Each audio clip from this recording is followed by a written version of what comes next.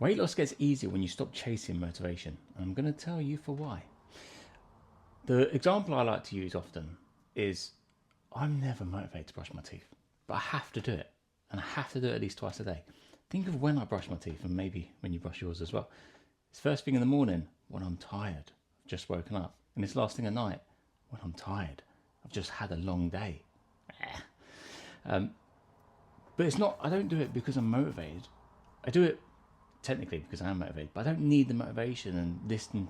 I don't need to listen to David Goggins rear me up and get me hyped up to get flipping brushing. I just do it because my motivational mechanism is I don't want smelly breath. I hate the dentist. No offense, dentist. I don't want to go to the dentist. I don't want to get any fillings. I don't want any issues with my teeth. I want them to look whitish. I mean, I could go to Turkey now, but trying to stay modern. Not modern, old school. So I don't want to get my teeth done. I just want fresh smelling breath, nice and kind of white, not gleaming, turkey teeth. But they're my motivational mechanisms. I don't need to sit down and think of all these massive reasons why I need to go to the bathroom and brush my teeth, and I need to get a toothbrush. I need to get the best toothbrush, and what's the best toothpaste, and what about the mouthwash? I'll follow it with some mouthwash and chase it up with some. I can't remember what it's called, but I've got one next to me here. Always have one. I care about my teeth. A flossing, that's it. Technically, I don't know if that's a floss or not. But I don't need to look for the best flossing string. I just know that I don't want to have smelly breath. I don't want darkish teeth. I want all the good things that come with brushing my teeth. I don't need to be motivated to do it. Same thing with the gym. I never want to go to the gym. But I don't want to get to 10 years down the line and be like, you remember when you had all that time spare and you didn't go to the gym for 1 hour a day? Oh, but I didn't have an hour, 30 minutes of the day. It's not the actual thing of going to the gym. It's the feeling after. It aligns with who I want to become. I don't want to be the person who sits on the sofa eating cookies for dinner. Do I want to be that person? I want to be that person, but I don't want it to have the negative side effects that it comes with. But I do the things and you do the things and you should do the things because of who you become on the other side of it. And I don't want this to be like this whole wanky thing and hashtag discipline and raw motivation, all that sort of thing. That's not me at all. I just think that we need to do the things that align with the person that we want to become. If we want to be successful in our job, then we do maybe a little bit of overtime, maybe work a little bit harder, maybe we study in the background.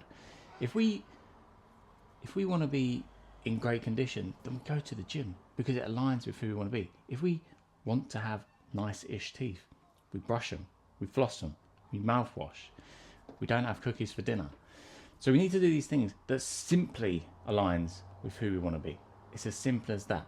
There's an analogy that I used to use. I don't use it so much now. But motivation is simply the wind hitting the sail on a sailboat. Like it comes and goes, but you can't rely on it. Whereas taking action is actually rowing the boat, like the Norways do, the Norwegians. It's the actual rowing of the boat. You have to be rowing. You have to be taking action. But when the motivation comes and the wind does hit that sail, take advantage of it. Take full advantage of it. Maybe even take your foot off the gas with the rowing. Let the motivation do the hard work. But you can't do it with motivation alone. You just can't. And technically, like, we are motivated for every action we take. But I don't think we need motivation to be going for a walk. I just don't see it. It's one foot in front of the other. You walk to the bathroom to go for a pee. You walk to the kitchen to get out the cookies. You don't need motivation to take a step in front of the other. Not deep motivation, not David Goggins style anyway.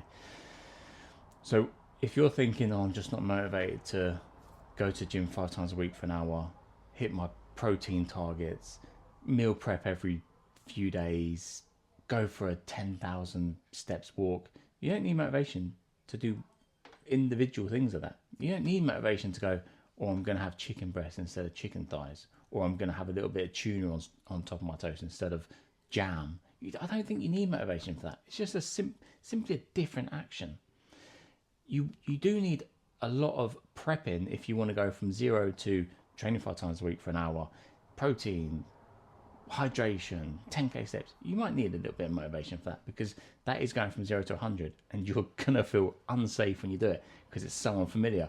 And then comes back the self-sabotage things. But if you were to take it one step at a time and go from the absolute bottom, and this is one of the habits experts that I used to study, he would say just start from absolute 0 and literally do a squat when you brush your teeth, and it's hard to not do that. Same thing with going for a walk. Just put your shoes on, and if you still don't want to go, open a door. If you still don't want to go, maybe listen to yourself a little bit, but don't mistake self-compassion, listening to yourself when you feel really tired, as absolutely disregarding who you want to become. Don't mistake self-compassion for complacency. I'm going to wrap that up there because I don't even know how long I've chin wagged for, but I'm pretty sure it's a few minutes, and we're still doing a few minutes now. So ciao bella.